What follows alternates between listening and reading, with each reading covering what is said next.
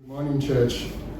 It's good to be with you this morning again. Let's pray and commit this time into the Lord. Father, we just thank you, Lord, because Lord, we look to you, and as we worshiped you, as we, Lord, sought your presence, Father, we know that, Lord, you are a faithful God.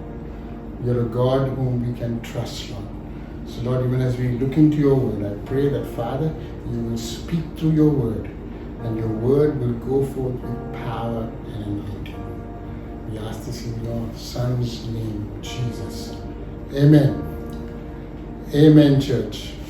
You know, we live in a world with broken promises. You know, leaders pledge peace and secretly make plans for war. Marriages end over trivial disputes. And politicians, wag their finger and say they didn't do something knowing fully well what they did. Easy to wonder where God is when things don't go the way we think they should go. It's easier to wonder where God is when things turn out the exact opposite of what we have been praying and hoping for. It's easy to wonder where God is when things are crumbling or falling and it seems like there is no way out. But today I want to focus with you on a psalm, and the psalm is Psalm 89. You know, the psalmist in this scripture verses attempts to reconcile the seeming contradictions between his theology and the reality of the faithfulness of God. Because God is faithful to his promises.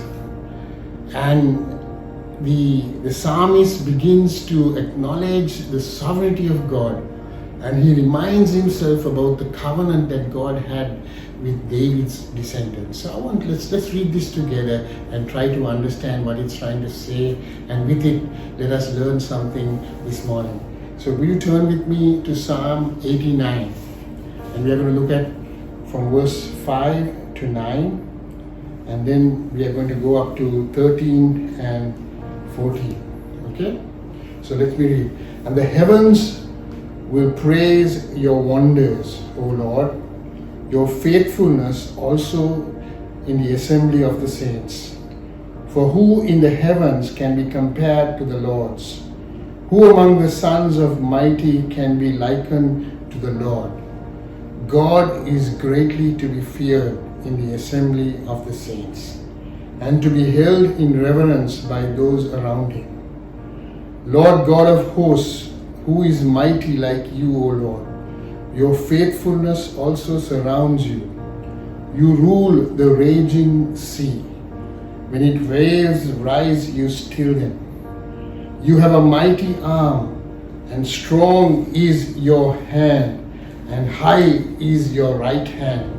The righteousness and justice are the foundation of your throne. Mercy and truth go before you face to face. Hallelujah. So, I want to begin today first by making a statement of faith. See, this is not only just a statement of faith, but this is a fact, and it is a declaration. Regardless of where you are, regardless of what's going on in your life, regardless of what is happening at the moment in your life, no matter what you're facing, no matter what you're experiencing, we have a faithful God, just as the psalmist proclaimed in this psalm. How many of you believe that? How many of you would want to shout with me, no matter where you are, whether you're in your room watching me online, or whether you're in your car? Would you shout out together, and as we say, God is faithful. God is faithful. Now I'm sure it's a phrase that you're going to hear very much this morning as you hear my message today, right? And maybe your situation is such that those words come out with much difficulty, because you have not received your salary or your wages. Well, you're not even guaranteed of your health. You don't have a guarantee of an undying loyalty of your family and of your friends. Or you may not even have the guarantee of your own next breath. You see, but you can always count on God's faithfulness. Though, these things are not guaranteed, but the faithfulness of God is a guarantee. I want you to shout out one more time, God is faithful. Hallelujah. Now, the question I would like to also ask you right now is, did you shout that word, God is faithful, because I asked you to? Or did you actually mean it when you said it? Because sometimes we can say things because it's the churchy thing to do. Well, if we believe it, why is it that we often struggle with trusting God? You see, the evidence that we believe in the faithfulness of God is in the level of our trust in Him. So I'm asking you again, do you really trust God? I mean, some would say, I know the scriptures say that, and I believe it. But you know what? It doesn't sometimes seem like you want to believe. I'm the exception. Maybe God is faithful. Maybe God said He will do what He does, but when it comes to me, it has not happened that way. But I believe at the sound of my voice, there are some here who would say God is faithful and they believe in it wholeheartedly. There are some who would say God is faithful, but I'm the exception. But now there's also a third group, and that is the people who would confess and say, Pastor, I really do struggle in resting in the faithfulness of God. I struggle with the trusting part because I feel God has let me down. I feel like He failed me. So I'm struggling with resting in that peace that you're talking about. Now listen, there are times, or there can be times in the life of a believer where it is a challenge to rest in the faithfulness of God. Those times when our faith is being tested. Those are times when we cry out to God and He doesn't seem to hear us. Those times are when circumstances of our situations appear to overwhelm us and our peace is disturbed and our prayers go unanswered. See, it is in that time like we are in a boat in the midst of a storm and the waves are coming over us and they come and they give us, or they give rise to unbelief in our lives. We find ourselves just like the disciples. Remember, they were in the boat at the Sea of Galilee, with Jesus was also in that boat, and Jesus, who was fast asleep, and they run down to the bow of the boat where Jesus was laying His head and resting in peace. They run up to Him and say, Jesus, are you not concerned? Do you not care that we are going to perish? In those times, we are tempted to do the very same thing, isn't it? We just ask, Lord, don't you care what's going on with my life? Now, this would be a difficult confession for us to make this morning if it is one of those things that we have kept in a secret place of our life, that we really don't really trust God. We really believe the scriptures, we have said the word of God, we have said all these things, but inside, deep inside, you are asking the question from God, God, have you forgotten me? Do you know what I'm going through? Do you know what I'm facing? Do you not know that what I'm experiencing is so hard that, and the temptation is to say, Lord, I'm not sure that I can trust you. Lord, I know you are faithful. I know you have shown yourself to be faithful to many, but I don't seem to get it. See, why do people feel that God has failed them? Let me give you a few key reasons why I think people believe that God has failed them. Number one, they have called on God to come to their rescue and they felt that He didn't come. Now, whatever the situation might have been, for whatever reason, they feel that they had to walk through a situation by themselves. Now, whether they did it or didn't, whether they did it or didn't matter really, but they felt that God had failed them. Have you been through a situation like that? Maybe you have lost a loved one and you are going through the sorrow, the sadness by yourself. Or maybe you feel sorry for yourself that your co-worker the job was kept for him, but you were asked to leave. And you felt you were alone. You felt God didn't move on your behalf. Or maybe sometimes it could be another reason. And the number two reason could be that you are actually too proud, that you know that God is involved, so that you can say God, but you want to say that God wasn't. So you will then go to the next step and you say, okay, God, and you keep going and you fail, and then you come back and say, God, it didn't work out the way I wanted. It worked out. And what did you do? You know, some people, they almost feel like they have a better idea. Now, these are the things that we don't say out loud, but they are in our hearts. God, I see you came to my rescue, but to be honest, I think you made a mess out of the situation. I could have done a better job myself if you hadn't intervened. Have you ever gone through those types of thoughts in your head?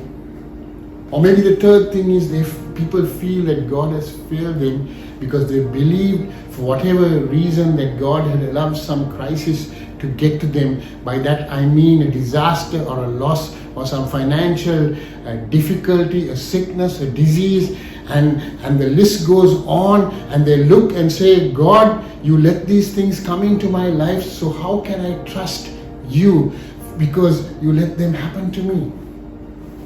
How do you answer this? Because most of us have had hurts and problems and pain and difficulty in our life.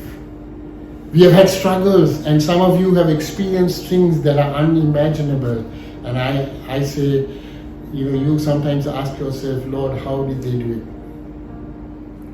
So you know what? We experience these things like tragedies, sickness, disease, and things like that, and we can't explain the light of God's favor and faithfulness in situations like that.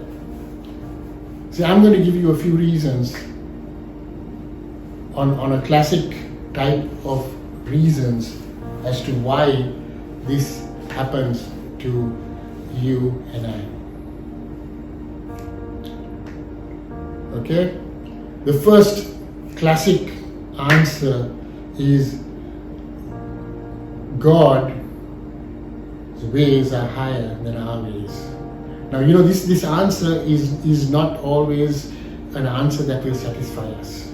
I mean, when someone is in the midst of a tragedy, to say God's ways are higher than our ways, you just want to sometimes slap him in the face, isn't it? Because it won't erase the pain, does it? But it is true, nevertheless. I want you to turn to the book of Isaiah, chapter 40, verse 28. And it goes like this.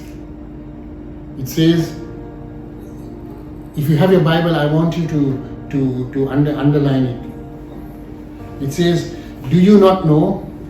Have you not heard that the Lord is the everlasting God, the creator of the ends of the earth? He will not grow tired or weary. Hallelujah. So the writer is saying God is everlasting. He's saying He created everything. He does not get tired or weary. And then he finishes this statement by saying his understanding no one can fathom. Hallelujah. And then when you go on to Isaiah chapter 55, verse 8 and verse 9, it says, for my thoughts are not your thoughts, neither are your ways my ways, declares the Lord. As the heavens are higher than the earth, so are my ways. So my ways are higher than your ways, and my thoughts than your thoughts. So you know what, church? I got good news for you. Some of us sometimes think that we are more smarter than God, right? But God is smarter than you, right? It doesn't come as a surprise that He knows the bigger picture, right? He doesn't always bring comfort to your heart in the midst of a crisis, in the midst of the pain, in the midst of the difficulty. But the truth of the matter is His ways are higher than your ways, right? Your pain does not negate the fact that God is faithful. Come on, you need to take yourself. My pain does not negate the fact that my God is faithful. You know, your present difficulty, your present experience does not negate the idea of God's faithfulness.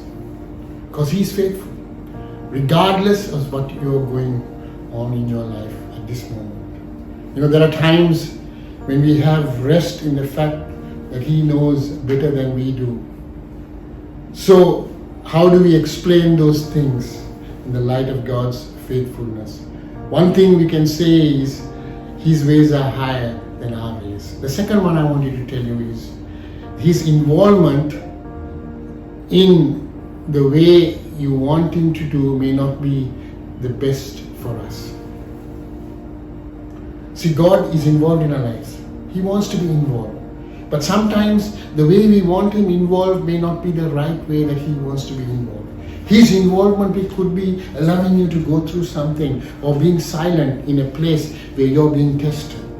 See, remember, I watched this movie, God's Not Dead, and one of the nice things about this is I hear this statement that is said in that movie, that God always is, or the teacher is always silent when the student is taking the test. So His involvement in the way that we want Him to get involved may not be the best things for our lives. The scripture teaches us that God is faithful. It's not that He is faithful for what we want Him to do in our lives, but He is faithful to do everything that is right and best for our lives. A lot of us would be in big trouble if God would have answered all our prayers with a yes. You know, looking back at my life, I'm thanking God that He has not answered some of my prayers for what I've asked Him. Because in His infinite wisdom and knowledge, He knew that some doors need to be kept closed, and that's the best for me. And I believe it's the same for you. So His involvement in your life at this moment, doing what you want Him to do, may not be what is best thing for you. He looks and says, I hear you, my child. It's best for you that you go through what you're going through, because I'm going to make you a victorious one. Hallelujah. See, haven't you done that to your children? Do we have any parents who give them everything that they want? I mean, there are times that we have to say no to them, and we don't let them do something or get involved in something because we got more wisdom than they have. Now for them, I mean, it seems like, you know, it's the end of the world, especially if you have small kids who keep crying and wanting something, you know, knowing that you will give if they keep crying. But let me tell you something, if you're a good parent, you will not just give what your kids ask you to. You will see if it's good for them, and then you will give. Because just imagine if one of your friends tells you, jump the cliff, I'm going to jump with you, would you do that? So we do the same thing with our children, isn't it? And God does the same with us. So we cry out, and He doesn't seem like He's answering. That's because He knows what's best for us. Then the thirdly, the third key that I want to tell you about God's faithfulness. See, you got yourself in the mess and you need to get out of it. Have you heard that phrase? You made your bed and you need to sleep in it. See, we can explain it in the light of some of the messes that we are in. If we just made them ourselves, then we are there because we have got into that mess. We have sinned. We are there because we disobeyed God. We are there because there were some choices that we had to make. We knew what God had for us, but we chose otherwise.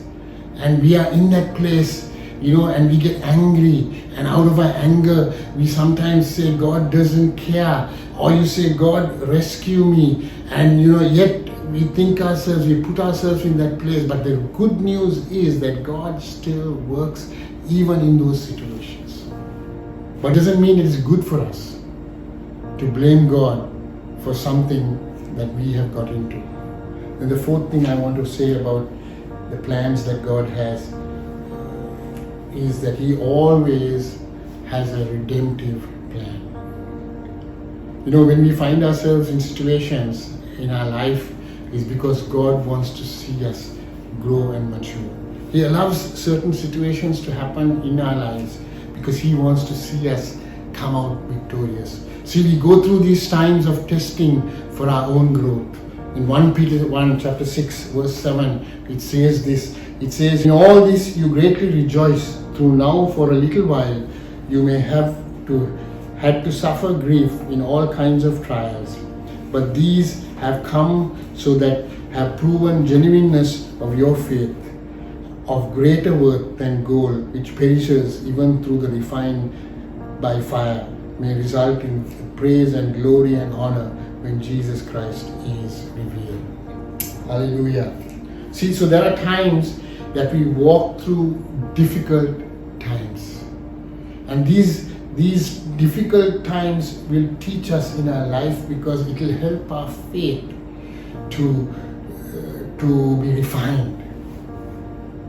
And even when we cry out, we say, God, deliver me and take me out of these situations.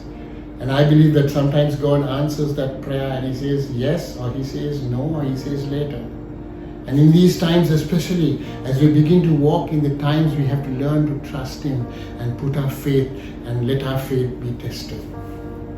And finally, I want to say in Exodus 34, verse 6, it says this, and he's speaking about God moving or passing before Moses. And it says this, it says, and he passed in front of Moses, proclaiming, the Lord is compassionate. The Lord is gracious, slow to anger, abounding in love and faithfulness. Then in Deuteronomy chapter 7, verse 9, it says, this, know therefore that the Lord your God is God, and He is faithful, keeping His covenant of love to 1,000 generations for those who love Him and keep His commandments. If you're looking for this kind of faithfulness in the world, you're never going to find it. But you're looking to Him who is the author, the finisher of your faith, then you will discover Him in a greater measure. See, every word that God speaks in the Bible, it says in Numbers chapter 23, verse 9, that He is not a man that He should lie, nor the Son of Man that He should even change His mind. Does He speak and then not act? Does He promise and not fulfill? This is our God. In John chapter 17 verse 3 says, the only true God. In 1 Corinthians chapter 1 verse 9 it says, God is faithful. In 1 Corinthians chapter 10 verse 13 it says, but God is faithful. In 1 John 1:9 it says, He is faithful. In 1 John 5:20 He says, Him who is true. When all of these verses are taken together, these establish who God is, and God is faithful. It's not some minorly, secondary part of God's character to say that God is faithful. It actually means His core being of God is His word, and He says He is faithful. See, God has given this Bible to us, this Word of God, and this entire book filled with His words. If that may be so, then our job is to read that book, to study it, to memorize it, to learn it, to build your life upon it. We are to love God's Word to the point that His Word flows through us like the blood that flows through our veins. God says amen to every word that He speaks. This means that we can trust the entire Bible because it all comes from God. The Word is God breathed, the Bible says. And whether we read the book of Genesis or Joshua or 2 Kings or Ezra or Lamentations or Luke or Galatians or Thessalonians or John or Revelation, we can trust what we read because God is ultimately the author and the finisher of our faith, and He is also the God who is the author of the Bible. Every promise will be kept. And here's the second wonderful implication, because God is faithful. He keeps every promise He makes. Have you taken time to trace God's promises through the Bible?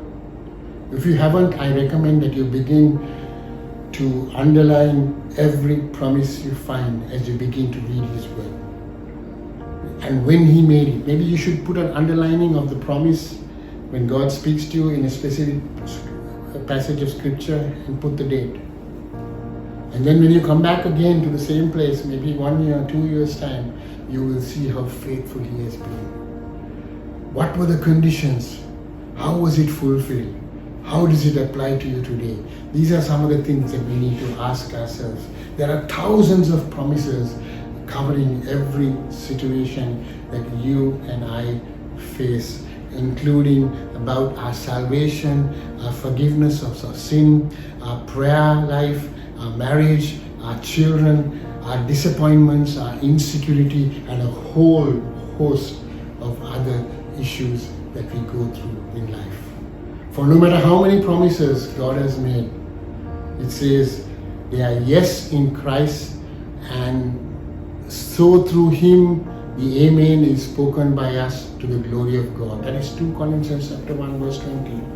In other words, what it's saying is, no matter what the promises God has made, they are yes in Christ. And so through Him the amen is spoken by us to the glory of God. I like the Message Bible that translates that first phrase like this, and it says, whatever God says, it gets stamped with the yes of Jesus. And when God the Father makes a promise, God the Son says from heaven, yes, it is so, and God the Holy Spirit writes the promise in the Word, and when it applies the Word to our hearts, thus all 3 persons in the Godhead unite and brings God's promises to us. That's why when we read the promises of God from His Word, God has said it and you can count on it. Hallelujah. Let's pray.